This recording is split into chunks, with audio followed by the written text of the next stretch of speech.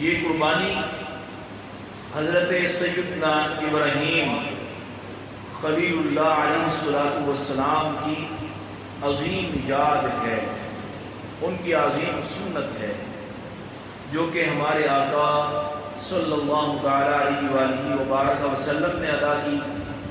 اور جب صحابہ نے عرض کی یا رسول اللہ صلی اللہ علیہ وسلم یہ قربانیاں کیا ہیں، تو ہمارے آقا صلی اللہ علیہ وآلہ وسلم نے ارشاد فرمایا سنت ابیکم ابراہیم، یہ تمہارے باپ ابراہیم خلیل اللہ علیہ السلام کی سنت ہے۔ عرض کی یا رسول اللہ اس میں ہمارے لیے کیا ہے، تو ہمارے آقا صلی اللہ علیہ وسلم نے ارشاد فرمایا کہ قربانی کے جانور کے ہر بال کے برابر نیکی ہے، قربانی کے جانور کے ہر بال کے بدلے اللہ رب العزت نیکی عطا فرماتا ہے۔ عرض کی یا رسول اللہ جو اون ہے، دمبا یا بھیڑ ہے، اس کے بارے میں ارشاد فرمائیے۔ ہمارے آقا صلی اللہ علیہ وسلم نے ارشاد فرمایا کہ اس کے لیے بھی یہی اجر ہے، یعنی ہر بال کے برابر نیکی ہے، اجر و ثواب ہے۔ نیز ہمارے آقا صلی اللہ علیہ وسلم نے ارشاد فرمایا کہ قربانی کا جانور جب اس کو ذبح کیا جاتا ہے تو اس کا خون زمین پر گرنے سے پہلے درجہ قبولیت کو پہنچ جاتا ہے، اور ارشاد فرمایا کہ قربانیاں خوش دلی سے کرو، خوش ہو کر قربانیاں کرو۔ اسی طرح حدیث پاک میں ہے ہمارے آقا صلی اللہ علیہ وآلہ وبارک وسلم نے ارشاد فرمایا کہ قربانی کا جانور یہ قیامت کے دن اپنی سینگوں اور اپنے کھروں سمیت آئے گا۔ دیکھیں جو قربانی ہم کر رہے ہیں، اللہ تبارک و تعالیٰ قیامت میں یہ ہماری قربانیاں ان کو لے کے آئے گا، جیسے ہم نے قربانی کا جانور لیا تھا، جو قربان ہونے سے پہلے جیسے جانور تھا، قیامت کے دن یہ ویسے ہی آئے گا۔ تو ارشاد فرمایا گیا کہ خوش دلی کے ساتھ قربانی کی جائے، اللہ تبارک و تعالیٰ ہمیں اخلاص عطا فرمائے۔ تو حضرت ابراہیم علیہ السلام کی یہ عظیم یاد ہے، تو قربانی اس کا فلسفہ کیا ہے؟ اصل میں قربانی کا فلسفہ یہی ہے کہ ایک مسلمان کی زندگی ایسی ہونی چاہیے کہ اسے اپنا سب کچھ اپنے رب عز و جل پر قربان کرنے کا جذبہ اس کے پاس ہو، اس کا یہ شوق اور یہ ذوق ہو کہ مجھ پر اگر کوئی ایسا وقت آ جائے کہ دین اسلام کو میرے مال کی ضرورت ہو تو میں اپنا مال پیش کر دوں، اگر میری جان کی ضرورت ہو، اگر میرے سب سے جو محبوب چیز ہے اولاد اس کی ضرورت ہو تو وہ بھی میں اللہ رب العزت کے دین کی خاطر اسے بھی میں قربان کر دوں۔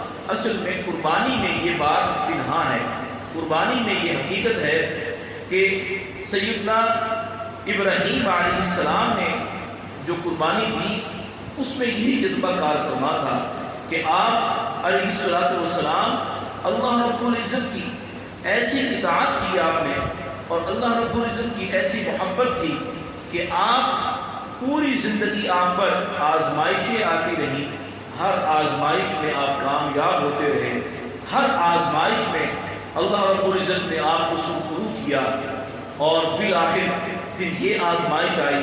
آپ اس سے پہلے دیکھیں جب پوری قوم آپ کے خلاف ہوتی ہے اور آپ اعلاء کلمۃ الحق نہیں چھوڑتے اور اپنی قوم کو دعوت دیتے ہیں کہ جن بتوں کو تم پوجتے ہو، جن کی تم پرستش کرتے ہو، یہ تو تم نے خود ہی تراش لیے ہیں، نہ یہ دیکھ سکتے ہیں، نہ یہ سن سکتے ہیں، نہ یہ بول سکتے ہیں۔ اور پھر ایک موقع جب آیا جب آپ نے ان کے بتوں کو پاش کر دیا تو وہ پوچھنے لگے کہ آپ نے ہمارے ان بتوں کا یہ حال کیا، تو آپ نے فرمایا جو بڑا بت ہے اس سے ہی تم پوچھ لو کہ تمہارے ان بتوں کا حال کس نے کیا ہے۔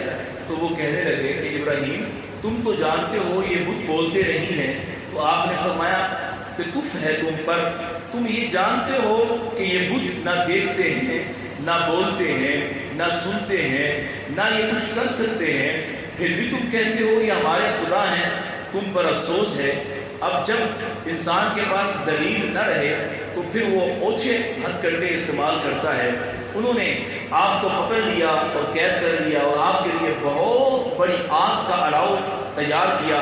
جب انہوں نے آپ کو اس میں ڈالا، اللہ رب العزت ارشاد فرماتا ہے قُلْنَا يَا نَارُ كُونِي بَرْدًا وَسَلَامًا عَلَىٰ إِبْرَاهِيمَ، ہم نے آگ سے کہا اے آگ ابراہیم علیہ السلام کے لیے ٹھنڈی اور سلامتی والی ہو جا۔ قُلْنَا يَا نَارُ كُونِي بَرْدًا وَسَلَامًا عَلَىٰ إِبْرَاهِيمَ، اے آگ ابراہیم پر ٹھنڈی ہو جا اور سلامتی والی ہو جا۔ وہ آگ جس کا کام جلا کر بھسم کر دینا ہے، حضرت ابراہیم علیہ السلام کو اس آگ نے کچھ بھی نقصان نہ پہنچایا، اس آزمائش میں بھی کامیاب ہوئے۔ پھر جب وطن چھوڑنے کی باری آئی، اللہ تعالیٰ کی طرف سے حکم ہوا تو آپ اس کے لیے بھی تیار ہوئے اور آپ عراق سے ملک شام میں تشریف لائے، ارض مقدس میں تشریف لائے۔ اللہ کے حکم سے آپ نے ہجرت کی اور پھر جب اللہ تبارک و تعالیٰ کی بارگاہ میں آپ عرض کرتے ہیں، آپ کی اولاد نہیں ہے، آپ کی 90 برس یا 99 برس آپ کی عمر ہے، دعا کرتے ہیں۔ قرآن مجید فرقان حمید نے اس کو بیان کیا، رب هب لی من الصالحین، اے میرے رب مجھے نیک اولاد عطا فرما، اے اللہ مجھے نیک اولاد عطا فرما، رب هب لی من الصالحین، یا اللہ مجھے نیک اولاد عطا فرما۔ اور وہاں فرماتے ہیں کہ دیکھیے ابراہیم علیہ السلام اپنے رب عز و جل سے اولاد مانگ رہے ہیں، صرف اولاد نہیں مانگی بلکہ فرمایا عرض کی یا اللہ عز و جل نیک اولاد عطا فرما۔ تو ہمارے لیے اس میں ایک تربیت کا پہلو ہے کہ ہم جب اللہ سے اولاد کی دعا کریں تو یہ دعا کریں یا اللہ ہمیں نیک اولاد عطا فرما، ایسی اولاد جو ہمارے لیے صدقہ جاریہ بن جائے، جو نیک ہو، ہماری آنکھوں کی ٹھنڈک ہو۔ اور ہمیں یہ دعا سکھائی گئی کہ والذین یقولون ربنا هب لنا من ازواجنا وذریاتنا قرۃ اعین واجعلنا للمتقین اماما، جو ایمان والے ہیں، جن کے دلوں میں، جن کے سینوں میں ایمان ہے، وہ کیا عرض کرتے ہیں، اے ہمارے رب ہماری بیویوں اور ہماری اولاد سے ہماری آنکھوں کی ٹھنڈک عطا فرما، ہماری اولاد کو، ہماری ازواج کو ہماری آنکھوں کی ٹھنڈک بنا دے اور ہمیں پرہیزگاروں کا پیشوا بنا دے۔ یہ ایمان والوں کی دعا ہوتی ہے۔ تو آپ نے اللہ رب العزت کی بارگاہ میں نیک صالح اولاد کی دعا کی۔ اللہ فرماتا ہے فبشرناہ بغلام حلیم، تو ہم نے اسے ایک بردبار لڑکے کی بشارت سنائی۔ اس میں 3 خوشخبریاں ہیں کہ آپ کو اللہ تبارک و تعالیٰ اولاد عطا فرمائے گا، جو اولاد ہوگی وہ لڑکا ہوگا، نمبر 2، اور وہ بالغ بھی ہو جائے گا، بلوغت تک پہنچے گا۔ غلام جو کہتے ہیں وہ جو سن بلوغ کے قریب ہو یا بالغ ہو، اور نمبر 3 وہ بردبار بھی ہوگا، حلیم الطبع ہوگا، عقل مند ہوگا، بردبار ہوگا، خوف خدا رکھنے والا ہوگا، اپنے رب عز و جل سے محبت کرنے والا ہوگا۔ تو اللہ رب العزت نے حضرت ابراہیم علیہ السلام کو اولاد کی نعمت سے سرفراز فرمایا۔ آپ کی عمر کتنی ہے، 90 برس ہے یا 99 برس ہے؟ اللہ رب العزت نے چاند سے پیارا بیٹا عطا فرمایا، اور جب وہ بیٹا کچھ بڑا ہوا تو اب ایک اور آزمائش آپ کے لیے تیار تھی۔ قرآن کہتا ہے فَلَمَّا بَلَغَ مَعَهُ السَّعْيَ، جب وہ کام کرنے کے قابل ہوا، بچہ جو ہے اس کی عمر 9 سال یا 13 سال، بعض روایات کے مطابق 15 سال، اس عمر کو جب وہ پہنچا، آپ کی ایک ہی اولاد ہے سیدنا اسماعیل علیہ السلام، ایک ہی بیٹا، اس کے علاوہ آپ کی کوئی اور اولاد نہیں تھی۔ اب دیکھیے اتنی بڑی عمر میں آپ کی دعاؤں سے اللہ تبارک و تعالیٰ نے اتنی پیاری اولاد عطا فرمائی، اور اکلوتی اولاد ہو تو آپ کے دل میں اس بیٹے کے لیے کتنا پیار ہوگا، کتنی محبت ہوگی، وہ بیٹا آپ کو کتنا عزیز ہوگا کہ جو آپ علیہ السلام نے اپنے رب سے دعا کے ذریعے سے مانگا، اور اللہ تبارک و تعالیٰ نے جس کی بشارت دی ہو تو آپ کو وہ بیٹا کتنا عزیز ہوگا، کتنا وہ پیارا ہوگا۔ اللہ رب العزت ارشاد فرماتا ہے کہ پھر ان کی آزمائش اس انداز میں ہوئی کہ آپ نے خواب دیکھا، 8 ذی الحج کی رات کو آپ نے خواب دیکھا کہ اپنے بیٹے کو ذبح کر رہے ہیں۔ صبح ہوئی تو آپ نے جانور قربان کر دیا۔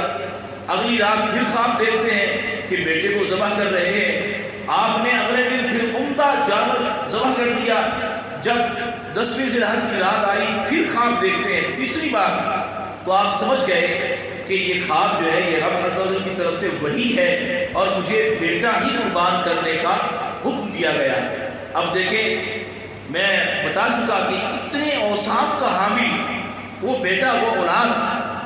قرآن مجید فرقان حمید وہ انداز بیان کرتا ہے اپنے بیٹے سے.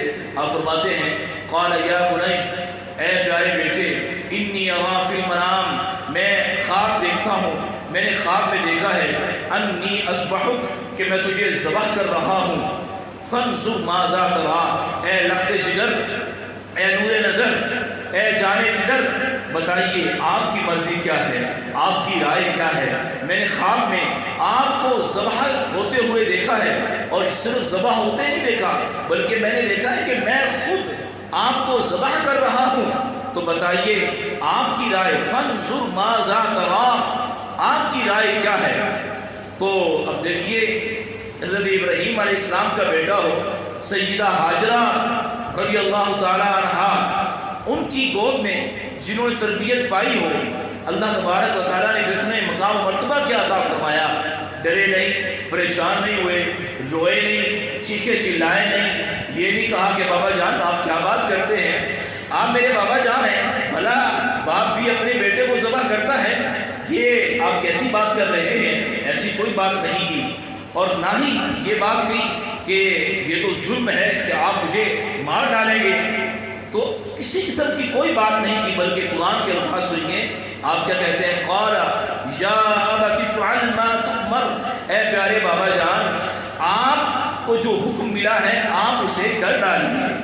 افعل ما تؤمر, جو اللہ رب العزت نے آپ کو حکم ارشاد فرمایا ہے, جو رب کا حکم ہے, میں اپنے رب کے حکم کا پابند ہوں, میں اطاعت کروں گا.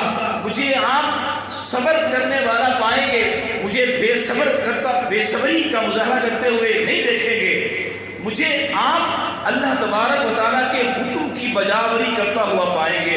آگے کیا کہا, ستجدنی ان شاء اللہ من الصابرین, اگر اللہ نے چاہا تو مجھے آپ صابروں میں سے پائیں گے, آپ مجھے صبر کرنے والوں میں سے پائیں گے.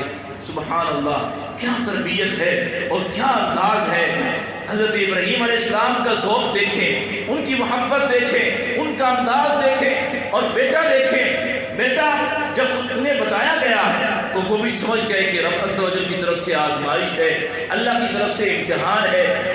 ادھر باپ کا امتحان ہے, ادھر بیٹے کا امتحان ہے. ادھر باپ راضی ہے, ادھر بیٹا راضی ہے. ادھر باپ اپنی ساری زندگی کی پونجی, اپنی ساری زندگی کا قیمتی اثاثہ قربان کرنے کے لیے تیار ہو گیا. آنکھوں میں آنسو نہیں آئے, دل کی دھڑکن تیز نہیں ہوئی, پریشان نہیں ہوئے کہ میں اپنے بیٹے کو ذبح کر دوں گا. نہیں نہیں, تیار ہے, راضی برضا ہے. اور ادھر سے بیٹا جو ہے سیدنا اسماعیل علیہ السلام وہ بھی تیار ہو گئے اور راضی ہو گئے. اور پھر کیا ہوا, آپ جب لے کے چلے تو اس وقت شیطان نے دیکھا کہ اوہ یہ کیا ہونے جا رہا ہے, اگر یہ قربانی ہو گئی تو میں تو خائب و خاسر ہو جاؤں گا. دوڑا دوڑا آیا سیدہ ہاجرہ کے پاس, تمہیں کچھ خبر ہے آج تمہارے بیٹے کو ذبح کر دیا جائے گا. وہ کہنے لگی بھلا باپ بھی اپنے بیٹے کو ذبح کرتا ہے, کیسی بات کرتے ہو. تو کہنے لگا, ایک مرد کی شکل میں آیا تھا, کہنے لگا کہ انہیں ان کے رب نے حکم دیا ہے. تو آپ فرمانے لگے اچھا رب نے حکم دیا ہے تو ہمارا اپنا تو کیا ہے, ہمارا سب کچھ تو ہے ہی ہمارے رب کا. اگر رب نے حکم دیا ہے تو یہ ایک اسماعیل کیا کروڑوں جانے ہوں تو میں اپنے رب پر قربان کر دوں. اب وہاں سے ناکام ہو کر اب آیا اسماعیل علیہ السلام کے پاس اور کہنے لگا کہ تمہیں پتہ ہے کہ تمہارے ساتھ کیا ہونے والا ہے, تم ذبح کر دیے جاؤ گے اور اللہ رب العزت نے حکم دیا ہے. آپ نے فرمایا کہ اگر رب عز و جل کا حکم ہے تو یہ ایک جان کیا ہے, اگر کروڑوں جانیں ہوں تو میں اپنے رب کے حکم پر قربان کر دوں. آخر میں حضرت ابراہیم علیہ السلام سے کہنے لگا یہ کہاں کی عقل مندی ہے, اللہ کو راضی کرنے کے تو بڑے طریقے ہیں. اللہ تعالیٰ کو تو اور طریقوں سے بھی راضی کیا جا سکتا ہے, صرف خواب ہی تھا.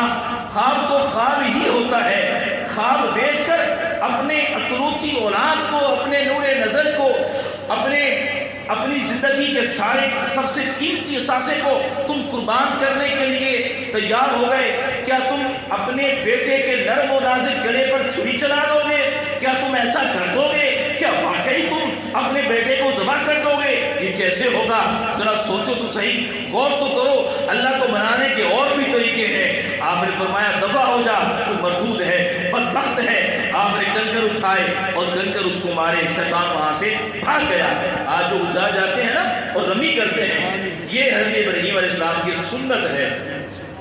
اب اللہ رب العزت کے حکم سے اب آپ مینا کے اندر آ گئے، مینا میں جہاں حاجیوں کا پڑاؤ ہوتا ہے، وقوف مینا کرتے ہیں، وہاں پر آ گئے اور بیٹا بھی تیار ہے، باپ بھی تیار ہے۔ بیٹا عرض کرتا ہے بابا جان میری آنکھوں پر پٹی باندھ دیجئے اور اپنی آنکھوں پر بھی پٹی باندھ دیجئے اور مجھے چہرے کے بل لٹائیے تاکہ ایسا نہ ہو کہ اس عظیم کام میں جب آپ کی نظر میرے چہرے پر پڑے تو آپ کہیں وہ ایک باپ کی محبت جوش نہ مارے اور اس عظیم کام سے کہیں آپ رک نہ جائیں۔ سبحان اللہ، کیسی محبت ہے، اپنے رب عز و جل پر قربان ہونے کا کیسا جذبہ ہے۔ حضرت اسماعیل علیہ السلام اپنے بیٹے کو جاتے ہیں، قرآن نے کہا فلما اسلما وتلہ للجبین، تو جب ان دونوں نے ہمارے حکم پر گردن جھکا دی اور باپ نے بیٹے کو پیشانی کے بل لٹایا، اس وقت کا حال نہ پوچھو۔ اب چھری تیز کی ہوئی تھی، اب بیٹے کے نرم و نازک گلے پر چلاتے ہیں، چھری نہیں چلتی، چلا رہے ہیں چھری نہیں چلتی، چلا رہے ہیں چھری نہیں چلتی۔ قرآن کہتا ہے وَنَادَيْنَاهُ أَن يَا إِبْرَاهِيمُ، ہم نے ابراہیم کو ندا فرمائی، اے ابراہیم رک جائیے، ٹھہر جائیے، ٹھہر جائیے، قد صدقت الرؤیا انا كذلك نجزي المحسنین۔ آپ نے تو اپنا خواب سچ کر دکھایا، آپ نے تو خواب دیکھا تھا لیکن آپ نے اپنا خواب سچ کر دکھایا، اور ہم نیکی کرنے والوں کو ایسا ہی صلہ دیتے ہیں۔ اور جب آپ نے اپنے ہاتھ کو روکا اور دیکھا تو اسماعیل علیہ السلام ساتھ کھڑے ہوئے مسکرا رہے ہیں، اور اللہ رب العزت نے جنت سے مینڈھا دمبا بھیج دیا ہے اور حکم دیا کہ یہ مینڈھا، یہ دمبا اسماعیل علیہ السلام کا فدیہ ہے، یہ اس کا عوض ہے، اس کا بدلہ ہے، اس کو قربان کر دیجئے۔ اللہ رب العزت آپ کی اس عظیم قربانی کو قبول فرما لے۔ سبحان اللہ، قرآن کہتا ہے ان ھذا لہو البلاء المبین، کہ یہ تو ایک بہت بڑی آزمائش تھی، کھلی آزمائش تھی، اتنی بڑی آزمائش کہ باپ سے کہا جا رہا ہے کہ اپنے بیٹے کو ذبح کر دو اور بیٹا ذبح ہونے کے لیے تیار ہو رہا ہے۔ کتنی بڑی آزمائش ہے، کتنی بڑی آزمائش ہے۔ وَفَدَيْنَاهُ بِذِبْحٍ عَظِيمٍ، اور ہم نے اسماعیل کے فدیے میں ایک بڑا ذبیحہ دے دیا۔ وَتَرَكْنَا عَلَيْهِ فِي الْآخِرِينَ، اور ہم نے بعد والوں میں اس کی تعریف باقی رکھی۔ سلام علی ابراہیم، اور ابراہیم پر سلام ہو۔ کذالک نجزی المحسنین، ہم نیکی کرنے والوں کو ایسا ہی صلہ دیتے ہیں۔ انہ من عبادنا المؤمنین، بے شک وہ ہمارے اعلیٰ درجے کے کامل ایمان والے بندوں میں سے ہے۔ جب آپ نے دیکھا کہ اللہ تبارک و تعالیٰ نے قربانی قبول فرمائی ہے اور میرا بیٹا ذبح ہونے سے بچ گیا، اور اللہ رب العزت نے جنت سے دمبا بھیج دیا اور فرمایا قربانی قبول ہو چکی ہے، اب اس کو ذبح کر لیجئے، اور یہی آپ کی قربانی، یہ فدیہ ہے۔ وَفَدَيْنَاهُ بِذِبْحٍ عَظِيمٍ، تو آپ نے کیا کہا؟ اس وقت جبریل امین علیہ السلام وہ حاضر خدمت تھے، اور جب انہوں نے یہ منظر دیکھا تو انہوں نے کہا اللہ اکبر، اللہ اکبر۔ کیا کہا؟ اللہ اکبر، اللہ اکبر، اللہ کی کبریائی بیان کی، اللہ اکبر، اللہ اکبر۔ اور جب آپ نے یہ سنا تو آپ نے کہا لا الہ الا اللہ واللہ اکبر، لا الہ الا اللہ واللہ اکبر، لا الہ الا اللہ واللہ اکبر۔ اور جو سیدنا اسماعیل علیہ السلام جو ذبح ہونے سے بچ گئے تھے اور جنت کا میڈا جن کا فدیہ بن گیا، وہ مسکرا رہے تھے کہ رب عز و جل نے میری جان مجھے بخش دی اور میری قربانی بھی قبول ہو گئی اور میری جگہ جنت کے میڈے کو میرا فدیہ کر دیا گیا۔ تو آپ کہتے ہیں اللہ اکبر وللہ الحمد، اللہ کا شکر ادا کیا، اللہ کی کبریائی بھی بیان کی اور اللہ کا شکر بھی ادا کیا۔ سبحان اللہ، یہ وہ پیارے کلمات ہے جو ایام شریف میں ہر فرض نماز کے بعد ہم پڑھتے ہیں۔ اللہ اکبر، اللہ اکبر، لا الہ الا اللہ واللہ اکبر، اللہ اکبر وللہ الحمد۔ سبحان اللہ، کیا عظیم جذبہ ہے۔ اس میں ہمارے لیے درس ہے کہ انسان کی زندگی ایسی ہونی چاہیے کہ اگر زندگی میں کوئی ایسا لمحہ آ جائے کہ دین کے لیے اسے اپنا مال دینا پڑے، سیدنا اسماعیل علیہ السلام، سیدنا ابراہیم علیہ السلام کی زندگی یہ ہمیں درس دے رہی ہے کہ اپنا مال اپنے رب کی راہ میں قربان کر دو، کہ مال اس کا ہے، اس نے دیا ہے، اس کی راہ میں قربان اگر ہوتا ہے تو اس سے بڑھ کر اور سعادت کی بات کیا ہوگی۔ اور اگر وطن چھوڑنے کی بات آئے، دین کے لیے ہجرت کرنی پڑے تو اپنے وطن کو بھی چھوڑ دو، اور اگر سب سے قیمتی شے اپنی اولاد اللہ کی راہ میں قربان کرنے کا موقع آئے، دین اسلام کو اگر ہمارے جوانوں کی، ہمارے بچوں کی ضرورت ہو اور دین اسلام کہے کہ اب مسلمانوں نے دین اسلام کے احیاء کے لیے جنگ لڑنی ہے، جہاد کرنا ہے، تو ہمیں اپنی جان بھی قربان کرنے کا جذبہ ہونا چاہیے، اپنے بچوں کو بھی دین اسلام کی خاطر قربان کرنے کا جذبہ ہونا چاہیے۔ یہ ہے اس واقعے کے اندر فلسفہ۔ اللہ تبارک و تعالی ہمیں سیدنا ابراہیم علیہ السلام کی سنت پر عمل کرنے کی توفیق عطا فرمائے، اور ہم جو قربانی کر رہے ہیں اللہ رب العزت ان قربانیوں کو